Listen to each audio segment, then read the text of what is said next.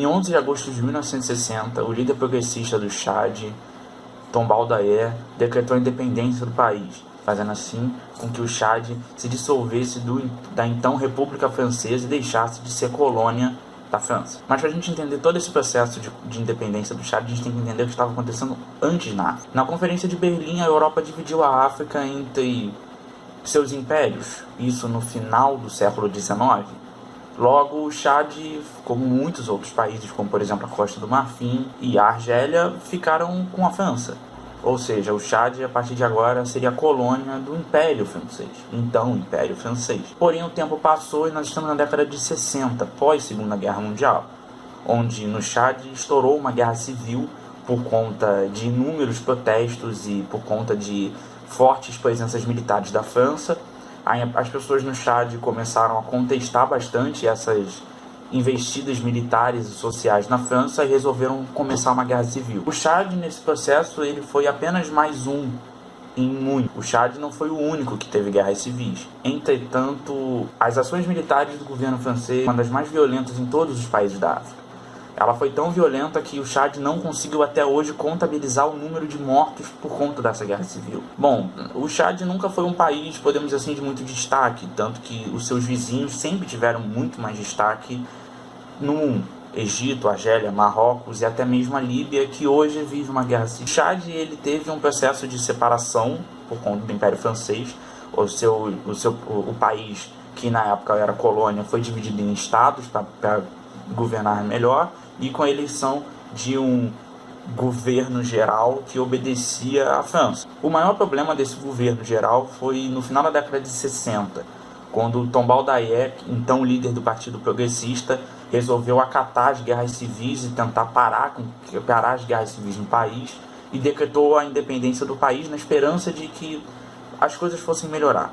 Só que não melhoraram. Bom, o Chad, ele, com essa divisão ali mais ou menos em 1905, o Chad sofreu bastante, porque uma parte do país, a parte oeste, era de predominância católica, e a parte leste era de predominância islâmica. E podemos dizer assim que eram dois países dentro de um país só. Na parte oeste você tinha uma influência muito mais forte do catolicismo, dito anteriormente, e você também tinha uma influência muito mais europeia. E na parte leste era uma influência muito mais, podemos dizer assim, das raízes do Chad. A parte leste era muito mais pobre do que a oeste, devido aos investimentos do governo francês para tentar ampliar a parte oeste, para que ela dominasse a parte leste. E a parte leste ficou praticamente com produção agrária praticamente largada pelo governo francês. Enquanto a parte oeste simplesmente se desenvolvia muito com a exploração de petróleo e outras coisas, a parte leste ficou sucumbida à produção de algodão e amendoim, o que não dá nem para se comparar com o petróleo. Bom, o Chad, ele, apesar dele ser um país hoje que vive uma guerra civil, até 1975 as coisas de fato tinham dado uma parada. Mas eu vou tocar nisso mais para frente. O Chad, ele sofreu muito com essa repressão e essa separação do governo francês, e até hoje no Chad algumas pessoas que moram do lado oeste e moram do lado leste não se gostam muito, por conta principalmente da separação religiosa. O Chad, por exemplo, comemora o Natal e o Ramadã, ou seja, é um país que tem uma diversificação muito grande. Se você, por exemplo, fazer um paralelo com o Brasil, é como se o norte e o nordeste do Brasil fossem islâmicos e o centro-oeste, o sudeste e o sul fossem católicos. É mais ou menos essa separação que aconteceu no Chad, ou seja, você tem praticamente dois países, duas culturas gigantescas dentro de um mesmo país. O problema é que volta e meia essas duas culturas entram em choque entre si e simplesmente começa uma guerra civil. E o maior problema dessa herança, além, claro, de você não ter uma base historiográfica que você possa estudar e entender todo o processo, para quem é de fora, o Chad, ele até hoje não conseguiu se desenvolver na indústria, né, no seu processo de industrialização. O Chad até hoje é renegado às atividades subalternas e atividades agrícolas básicas, como, por exemplo, algodão e amendoim, que fazem parte da agricultura do país até hoje. Não só isso, o Chad diminuiu muito a exportação de petróleo, ou seja, a economia recuou bastante nos últimos 20 anos, e o Brasil, por exemplo, sequer um presidente fez uma viagem ao Chad. Nenhum presidente brasileiro chegou a ir ao Chad alguma vez. O que é extremamente triste, porque o Chad é um país muito pobre, é um país que você vê que a violência imperialista e as heranças deixadas pela França muito fortes. É um país que você vê que houve uma separação muito grande, houve uma tentativa de apagar mesmo a historiografia do Chad, para que aquilo não fosse relatado. Tanto que é muito difícil você achar alguma coisa. É muito complicado achar alguma coisa. E algum outro último fato que vale a pena falar aqui é que, como foi uma colônia de exploração, o Chad, grande parte do território, hoje é praticamente devastado. Tinham fazendas no interior do Chad. Hoje o solo é improdutivo por conta de ações militares francesas, que era para exatamente evitar que essas pessoas saíssem da capital, fossem para o interior e conseguissem prosperar em fazendas, criando camelos, ou criando gados, ou criando plantações de subsistência. Então, assim, o Chad, ele nesse ponto também sofreu muito, essa deterioração das terras, é muito complicado. E para terminar, o Chad, ele, se você for visitar, tem um canal no YouTube específico brasileiro que ele visitou o Chad. Ele tem um quadro chamado Almoço na África, e ele foi até o Chad, e lá ele mostra muito sobre essa questão das fazendas, ele mostra bastante sobre a questão da comida do Chad, e a gente vê que até hoje é um povo muito sofrido, e é um povo que descende muito de uma violência extrema e tem muito medo do país se dissolver em dois, assim como aconteceu com o Congo recentemente. Então, é isso. O Chad é um país que, se você for pensar em violência, se você quiser pegar um exemplo, o Chad, ele tem uma questão bastante interessante em relação à sua historiografia. Grande parte da historiografia do Chad são escritas por historiadores franceses que viajam até o Chad e escrevem a história do Chad, só que na visão francesa. Isso é uma herança também colonial, é uma herança imperialista, é uma herança interessante da gente citar. A partir de agora eu vou citar algumas coisas interessantes da herança colonialista, tanto positivas quanto negativas. Uma questão positiva foi o processo de agropecuária do Chad, que, por conta de um processo triste e complicado, o Chad acabou desenvolvendo uma área importante hoje para a economia. Na década de 60, logo após a independência, e também um pouco antes, ali final da década de 50, entre 1952 e 1965, houve uma migração muito grande para as áreas rurais, uma saída das cidades para ir aos campos por conta das repressões do governo francês. Isso fez com que uma mão de obra muito grande, uma mão de obra de certa forma qualificada, fosse para os campos e lá começasse a desenvolver atividades de agropecuária que hoje representam grande parte da economia do Chad.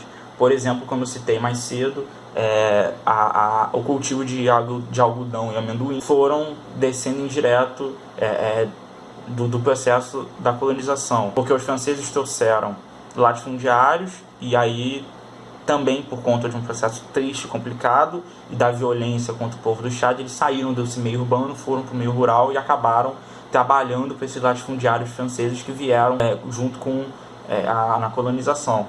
Ou seja, é um processo de mão dupla.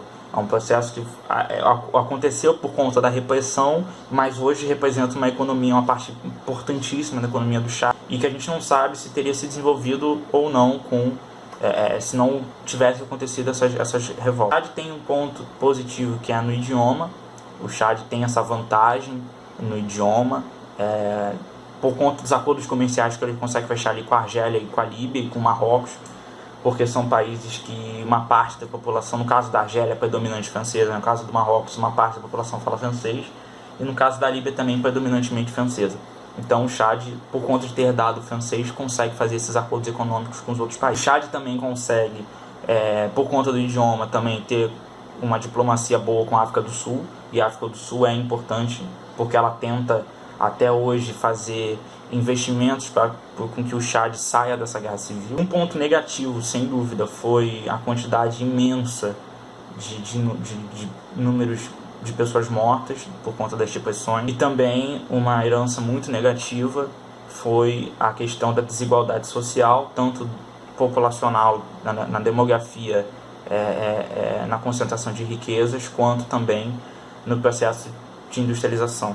O Chad teve um processo de divisão muito complicado. Hoje a maior parte dos bancos do país, quer dizer, a menor parte dos bancos do país tem o controle da maior parte das riquezas, denominam as maiores áreas do país em relação tanto à industrialização quanto nas agropecuárias e também no comércio grande do país, enquanto os negros ficam subalternos à mão de obra, ou seja, eles ficam basicamente reféns, eles ficam reféns de um processo controlado por bancos.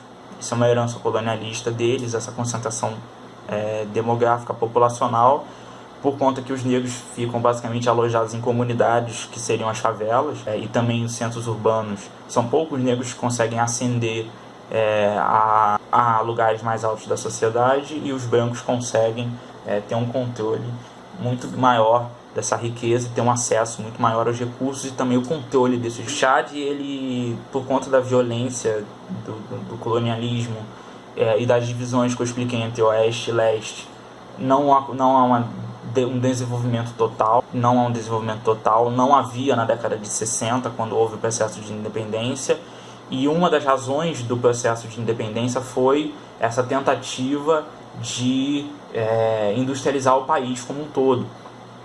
Uma das razões que o Tom Baldaié assinou a independência do Chad era que ele tinha a esperança que o Chad pudesse industrializar e se modernizando aos poucos, coisa que não aconteceu por conta do assassinato do Tom Baldaié em 1975. Na década de 20, até mais ou menos a década de 30, o Chad teve dois movimentos importantes, que foi o movimento progressista, que vai gerar sua independência, e foi o movimento de reluta do Império Francês, que era mais ou menos o que, fazendo um paralelo muito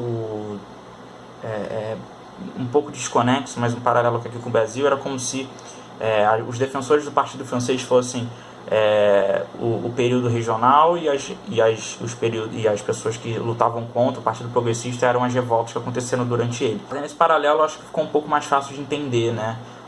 As pessoas que, podemos dizer assim, defendiam o governo francês, elas defendiam que o Império Francês precisava continuar ali para que o país se desenvolvesse, e as pessoas que defendiam as liberdades, né, as liberdades civis, de desenvolvimento do país de uma forma independente, eram as pessoas que diziam que não dava mais para ser daquele jeito, que havia uma violência muito grande e que era necessário que a França se retirasse militarmente e também socialmente, etc., do país. De como o imperialismo, a colonização foi extremamente violento com esses países africanos, o Chad é um exemplo perfeito para você pegar e para você estudar. É isso, eu espero que vocês tenham gostado, eu espero que vocês tenham aprendido alguma coisa sobre o Chad.